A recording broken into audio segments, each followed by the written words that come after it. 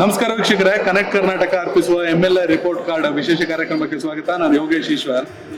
ನಾನಿವತ್ತು ಮಾತಾಡ್ಲಿಕ್ಕೆ ಕೊಟ್ಟಿರುವಂಥದ್ದು ವಿಶೇಷವಾದಂತಹ ವಿಧಾನಸಭಾ ಕ್ಷೇತ್ರ. ಒಕ್ಕಲಿಗರು ಹೆಚ್ಚಾಗಿದ್ದಾರೆ, ಅದು ಬಂಟರದೇ ಪಾರುಪತ್ಯ. ಇಲ್ಲಿ ಶಕುಂತಲಾ ಶೆಟ್ಟರು ಕರ್ನಾಟಕ ರಾಜಕೀಯ ಇತಿಹಾಸದಲ್ಲಿ ನೆನಪಾಗೋದು ಇಲ್ಲಿಂದಲೇ.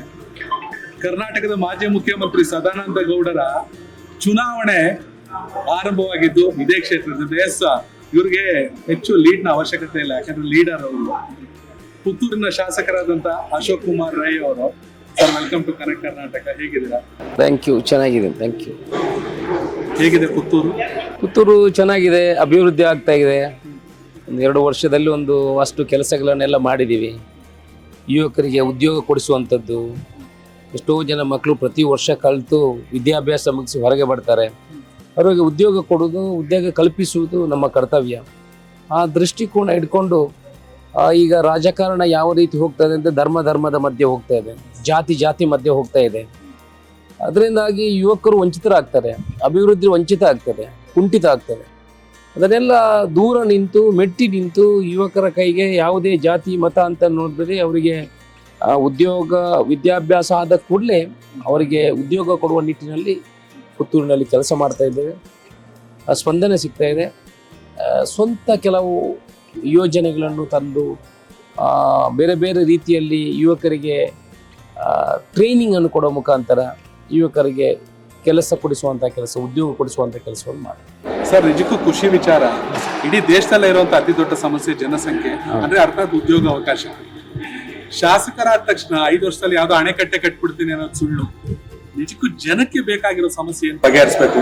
ಪುತ್ತೂರು ಜಿಯೋಲಾಜಿಕಲಿ ಸಾಕಷ್ಟು ಸಮಸ್ಯೆಗಳಿವೆ. ಇಲ್ಲ ಈ ಕಡೆ ಮೈಸೂರಿಗೆ ಬರ್ಬೇಕು, ಬೆಂಗಳೂರಿಗೆ ಬರ್ಬೇಕಿಲ್ಲ, ಆ ಕಡೆ ಮಂಗಳೂರು. ಇಂಥ ಸಂದರ್ಭದಲ್ಲಿ ಉದ್ಯೋಗ ಅವಕಾಶಕ್ಕೆ ಮೊದಲ ಆದ್ಯತೆ ಅಂದ್ರೆ ಆ ನಿಟ್ಟಿನಲ್ಲಿ ಏನ್ ಕೆಲಸ ಸರ್? ಅಂದ್ರೆ ಗಾರ್ಮೆಂಟ್ಸ್, ಫ್ಯಾಕ್ಟರಿಗಳ?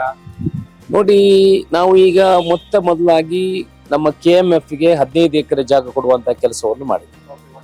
ಸುಮಾರು 1,000 ಉದ್ಯೋಗಗಳು, 750ರಿಂದ 1,000 ಉದ್ಯೋಗಗಳು ಅಲ್ಲಿ ಸೃಷ್ಟಿ ಆಗ್ತದೆ. ಪಶು ವೈದ್ಯಕೀಯ ಕಾಲೇಜು ಏನು ನಮ್ಮ ಪಕ್ಕದ ಭಾಗದಲ್ಲಿ ಇದೆ, ಅಲ್ಲಿ ಅದು ಈ ಹಿಂದೆ ಸಿದ್ದರಾಮಯ್ಯನವರು ಮುಖ್ಯಮಂತ್ರಿ ಆಗಿರುವಾಗ ಅದು ಆರಂಭ ಮಾಡಿರುವಂಥದ್ದು.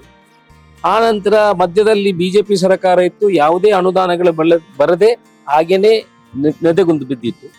ಈಗ ಪುನಃ ಅದು 140 ಕೋಟಿ ರೂಪಾಯಿಯನ್ನು ಮಾನ್ಯ ಮುಖ್ಯಮಂತ್ರಿಗಳು ಕೊಟ್ಟಿದ್ದಾರೆ ಸಿದ್ದರಾಮಯ್ಯನವರು. ಈಗ ಪುನಃ ಅದು ನೆಕ್ಸ್ಟ್ ಅಕಾಡೆಮಿಕ್ ಇಯರ್ಗೆ ಅಲ್ಲಿ ನಮ್ಮ ಪಶು ವೈದ್ಯಕೀಯ ಕಾಲೇಜ್ ಆರಂಭ ಆಗ್ತದೆ. ಸುಮಾರು ಪ್ರತಿ ವರ್ಷ 750 ಮಕ್ಕಳು ಬರ್ತಾರೆ. ಹಾಸ್ಟೆಲ್ಗಳು 3 ವರ್ಷ ಆಗುವ ಸುಮಾರು 3,500 ಮಕ್ಕಳು ಬರ್ತಾರೆ. ಫ್ಯಾಕಲ್ಟೀಸು ಈಗಲೇ ಸರ್ಕಾರ ಸುಮಾರು 150 ಜನರನ್ನು ಈಗ ನೇಮಕ ಮಾಡಲಿಕ್ಕೆ ಅನುಮತಿಯನ್ನು ಕೊಟ್ಟಿದೆ. ಅದನ್ನು ಕೂಡ ಆರಂಭ ಮಾಡುವ ಮುಖಾಂತರ ಅದಕ್ಕೆ ಕನೆಕ್ಟೆಡ್, ಅಂದ್ರೆ 3,000 ಮಕ್ಕಳು ಬಂದ್ರೆ ಅವರಿಗೆ ಹಾಸ್ಟೆಲ್, ಊಟ, ಈ ವ್ಯವಸ್ಥೆಗಳೆಲ್ಲ ಜೋಡಣೆ ಹಾಕೊಂಡು ಬರ್ತದೆ. ಆನಂತರ ಕೆಲವು ಉದ್ಯಮಗಳು ಯಾರು ಆರಂಭ ಮಾಡ್ತಾರೆ ಅವರಿಗೂ ಕೂಡ ಈಗ ಅವಕಾಶವನ್ನು ಕಲ್ಪಿಸಿಕೊಡುವಂತ, ಜಾಗ ಕೊಡುವಂತಹ ಕೆಲಸವನ್ನು ಮಾಡ್ತಾ ಇದ್ದೇವೆ. ಪ್ರವಾಸೋದ್ಯಮವಾಗಿ ಅದನ್ನು ಬದಲಾವಣೆ ಮಾಡಬೇಕು. ಯಾಕಂತ ಹೇಳಿದ್ರೆ ನಿಮಗೆ ಗೊತ್ತಿರ್ಬೋದು, ಸುಬ್ರಹ್ಮಣ್ಯ ಧರ್ಮಸ್ಥಳಕ್ಕೆ ಎಷ್ಟೋ ಲಕ್ಷ ಕಟ್ಟಲೆ ಜನರು ಬೇರೆ ಬೇರೆ ರಾಜ್ಯದ ಬೇರೆ ಬೇರೆ ದೇಶದಿಂದ ಬರ್ತಾರೆ, ಬೇರೆ ರಾಜ್ಯಗಳಿಂದ ಬರ್ತಾರೆ.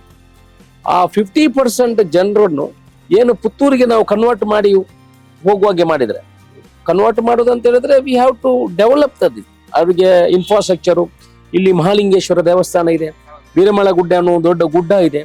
ಇದನ್ನೆಲ್ಲ ಡೆವಲಪ್ ಮಾಡಿದ ಕೂಡಲೇ ಸುಬ್ರಹ್ಮಣ್ಯ ಮತ್ತೆ ಧರ್ಮಸ್ಥಳಕ್ಕೆ ಬಂದ ಅರ್ಧ ಯಾತ್ರಿಗಳು ಪುತ್ತೂರಿಗೆ ಬಂದು ಹೋದ್ರೆ ಪುತ್ತೂರಿನ ಅಭಿವೃದ್ಧಿ ಆಗ್ತದೆ. ಒಂದು ಉದ್ಯಮ, ಒಂದು ಪ್ರವಾಸೋದ್ಯಮ, ಇದು ಇಡೀ ವಿಶ್ವದಲ್ಲಿ ಇರುವಂತದ್ದು. ಇದು ಎರಡೇ. ಉದ್ಯಮಕ್ಕೆ ಸಿಗ್ಬೇಕು, ಒಳ್ಳೆ ಎಜುಕೇಶನ್ ಸಿಗ್ಬೇಕು, ಉದ್ಯೋಗ ಸಿಗ್ಬೇಕು, ಟೂರಿಸಂ ಆಗಿ ಡೆವಲಪ್ ಮಾಡಬೇಕು. ಇದು ಫ್ಯೂಚರ್ ಇರೋದು ಟೂರಿಸಂ. ಯಾರು ಕೂಡ ಎಲ್ಲಿಗಾದ್ರೂ ಟೂರ್ ಹೋಗೋರು ಹೋಗ್ತಾರೆ, ಸ್ಪೆಂಡಿಂಗ್ ಮಾಡ್ತಾರೆ. ನಮ್ಮ ದೇಶದಿಂದ ಹೊರಗೆ ಹೋಗೋರು 3 ಲಕ್ಷ ತಗೊಂಡು ಹೋಗ್ತಾರೆ, ಅದನ್ನು ದೇಶದಲ್ಲಿ ಹಾಕುದಿಲ್ಲ, ಅಲ್ಲಿ ಹೋಗಿ ಬೇಕಾದಷ್ಟು ಖರ್ಚು ಮಾಡ್ತಾರೆ. ಅಲ್ಲಿ ವ್ಯವಸ್ಥೆಗಳನ್ನು ಜೋಡಣೆ ಮಾಡಿರ್ತಾರೆ. ಟೂರಿಸಂಗೆ ನಮಗೆ ಅವಶ್ಯಕತೆ ಇದೆ, ಅದನ್ನು ಮಾಡುವಂತ ಕೆಲಸವನ್ನು ಮಾಡ್ತಾರೆ. ಈ ಬೆಂಗಳೂರು ಅಂತ ಜನದಟ್ಟಣೆ ಪ್ರದೇಶದಲ್ಲಿರೋ ಪ್ರವಾಸಿಗರು ಕೇವಲ ಬರೀ ಮಡಿಕೇರಿಗೆ ಬರೋದಲ್ಲ, ಉಡುಪಿಗೆ ಬರೋದಲ್ಲ, ಬೆಂಗಳೂರಲ್ಲ, ಪುತ್ತೂರಿಗೆ ಬಂದು ಉಳಿಬೇಕು. ಅದು ಪ್ರವಾಸೋದ್ಯಮ ಆಗ್ಬೇಕು, ಅದು ಸ್ಥಳೀಯರಿಗೆ ಉದ್ಯಮವಾಗಿ ಮಾರ್ಪಾಡಾಗ್ತದೆ. ತುಂಬಾ ಖುಷಿ ಅನ್ಸುತ್ತೆ. ನಿಮ್ಮ ಕನಸಿನ ಪುತ್ತೂರು ಏನಾಗ್ತದೆ ಸರ್? ಸಾಕಷ್ಟು ಚುನಾವಣೆಗಳು ನೋಡಿದೀರಾ, ಮಾಜಿ ಮುಖ್ಯಮಂತ್ರಿಗಳನ್ನ ಕೊಟ್ಟಂತ ಕ್ಷೇತ್ರ, ಸಾಕಷ್ಟು ಹಿರಿಯ ನಾಯಕರನ್ನು ಕೊಟ್ಟು, ಕಾಂಗ್ರೆಸ್ಗೆ ವಿನಯ್ ಕುಮಾರ್ ಸೊರಕೆ ಅವರು ಕೂಡ ಅದೇ ಕ್ಷೇತ್ರದಲ್ಲಿ ಇದ್ದವರು. ನಿಮ್ಮ ಕನಸು, ನೀವು ನೋಡಿದಂತ ಪುತ್ತೂರು ಏನಾಗಿದೆ? ನೋಡಿ, ನಾನು ಒಬ್ಬ ಉದ್ಯಮಿ ಆಗಿದ್ದವು. ನಾನು ಅತ್ಯಂತ ಬಡ ಕುಟುಂಬದಿಂದ ಬಂದವನು. ನಾನು ದೊಡ್ಡ ಶ್ರೀಮಂತನಾಗಿ ಹುಟ್ಟಲಿಲ್ಲ. ಸಾರಿ ಇಂಟರಪ್ಟ್ ಮಾಡ್ತೀನಿ. Yes. ಫ್ಯಾಮಿಲಿ ಬ್ಯಾಕ್ ಗ್ರೌಂಡ್ ಸ್ವಲ್ಪ ಎಕ್ಸ್ಪ್ಲೇನ್ ಮಾಡಿ. ನೋಡಿ, ನನ್ನ ತಂದೆ ಮಾಸ್ಟರ್ ಆಗಿದ್ದರು. ಆದರೂ ನಾವು 5 ಜನ ಮಕ್ಕಳು. ನಮಗೆ ಏನು ದೊಡ್ಡ ಶ್ರೀಮಂತಿಕೆಯಲ್ಲಿ ನಾವು ಬಂದವರಲ್ಲ. ನಾನು ಸೆಕೆಂಡ್ PUC ಇಂದ ನನ್ನ ಸೆಕೆಂಡ್ PUC ನಾನು ಪುತ್ತೂರಲ್ಲಿ ಜೂನಿಯರ್ ಕಾಲೇಜಲ್ಲಿ ಕಾಲೇಜ್ ಲೀಡರ್ ಎಲ್ಲ ಆಗಿದ್ದೆ. ಆನಂತರ ನನ್ನ ಅಲ್ಲಿ ಸ್ವಲ್ಪ ತಂದೆಗೆ ಇನ್ನು ಕಾಲೇಜ್ ಲೀಡರ್ ಆಗಿ ವಿದ್ಯಾಭ್ಯಾಸವನ್ನು ಮುಂದುವರಿಸುವುದಿಲ್ಲ, ಈ ಥರ ನನ್ನ ತಂದೆಗೆ ಇದಾಗಿ ನನ್ನನ್ನು ಮೈಸೂರು ಕಳಿಸಿದ್ರು. ನಾನು ಮೈಸೂರಲ್ಲಿ ಒಂದು ಚಿಕ್ಕ ರೂಮಲ್ಲಿ ನಾನೇ ಅಡಿಗೆ ಮಾಡಿಕೊಂಡು, ನಾನೇ ಏಜೆನ್ಸಿ ಮಾಡಿಕೊಂಡು, ನಾನು ಸೈಕಲಲ್ಲಿ ಹೋಗಿ ಅಂಗಡಿಗೆ ಸೇಲ್ಸ್ ಮಾಡ್ತಾ ಇದ್ದೆ. ಯಾವ ವರ್ಷ? ಸಾಧಾರಣ ಒಂದು 28 ವರ್ಷ 30 ವರ್ಷದ ಹಿಂದೆ ಸೈಕಲಲ್ಲಿ ಜ್ಯೂಸ್ ಮಾಡ್ತಾ ಅಂಗಡಿಗೆ ಹೋಗ್ತಾ ಇದ್ದೆ. ಆನಂತರ TVS ಮೊಪೆಡಲ್ಲಿ ಚಾಕ್ಲೇಟ್ಸು ಜ್ಯೂಸು ಎಲ್ಲ ಮಾರ್ಕೊಂಡು ಅಂಗಡಿ ಹೋಗ್ತಿದ್ದೆ, ಮತ್ತು ಕಾಲೇಜ್ ಹೋಗ್ತಾ ಇದ್ದೆ. ನನ್ನ ಉದ್ಯಮವನ್ನು ಆರಂಭ ಮಾಡಿದ್ದೀನಿ. ಫಸ್ಟ್ ಡಿಗ್ರಿ ಹೋಗುವಾಗ ನಾನು ಒಬ್ಬನೇ ಒಂದು ಚಿಕ್ಕ ಇಷ್ಟೇ ದೊಡ್ಡ ರೂಮಲ್ಲಿ ನಾನೇ ಅಡುಗೆ ಮಾಡೋದು, ನಾನೇ ಊಟ ಮಾಡ್ಕೊಳ್ಳೋದು, ನಾನೇ ಕಾಲೇಜಿಗೆ ಹೋಗೋದು, ನಾನೇ ಸೇಲ್ಸ್ ಮ್ಯಾನ್ ಆಗಿ ಕೆಲಸ ಮಾಡೋದು. ಆನಂತರ ಬೆಳೆದು ಡಿಗ್ರಿ ಬರುವಾಗ ನಾನು ಬೇರೆ ಬೇರೆ ಏಜೆನ್ಸಿಗಳನ್ನು ಮಾಡಿಕೊಂಡು, ಆವತ್ತು ಡಿಗ್ರಿ ಬರುವಾಗ ತಿಂಗಳಿಗೆ 1 ಕೋಟಿ ರೂಪಾಯಿ ಸೇಲ್ ಟ್ರಾನ್ಸಾಕ್ಷನ್ ಮಾಡ್ತಾ ಇದ್ದೆ. Year of around 26 years back. ಡಿಗ್ರಿಯೂ ಮಾಡ್ತಾ ಇದ್ದೆ, 97 ಡಿಗ್ರಿಯೂ ಮಾಡ್ತಾ ಇದ್ದೆ, ಬಿಸ್ನೆಸ್ಸು ಮಾಡ್ತಾ ಇದ್ದೆ. ಆನಂತರ ಹಂತವಾಗಿ ಅಂದರೆ ಇದನ್ನು ಯಾಕೆ ನಾನು ಉಲ್ಲೇಖ ಮಾಡಿ, ನನ್ನಿಂದ ಕಷ್ಟದಲ್ಲಿ ಬೆಳೆದವರು ತುಂಬ ಜನ ಇರ್ಬೋದು, ಆದರೆ ಕಷ್ಟದ ಜೀವನವನ್ನು ಅರಿತವರಿಗೆ ಜೀವನ ಮಾಡೋದು ಭಾರಿ ಸುಲಭ. ನಮ್ಮ ಹಿಂದಿನ ಜೀವನ ಹೇಗಿತ್ತು ಅದರ ಅರಿವಿರ್ತದೆ.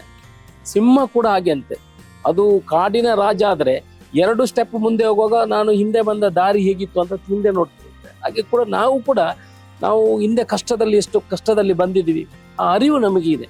ಅದರಿಂದ ಈ ಸಮಾಜದಲ್ಲಿ ನಮ್ಮನ್ನು ತೊಡಗಿಸಿಕೊಳ್ಳುವಂತ ಶಕ್ತಿ ನಮಗೆ ಇದೆ.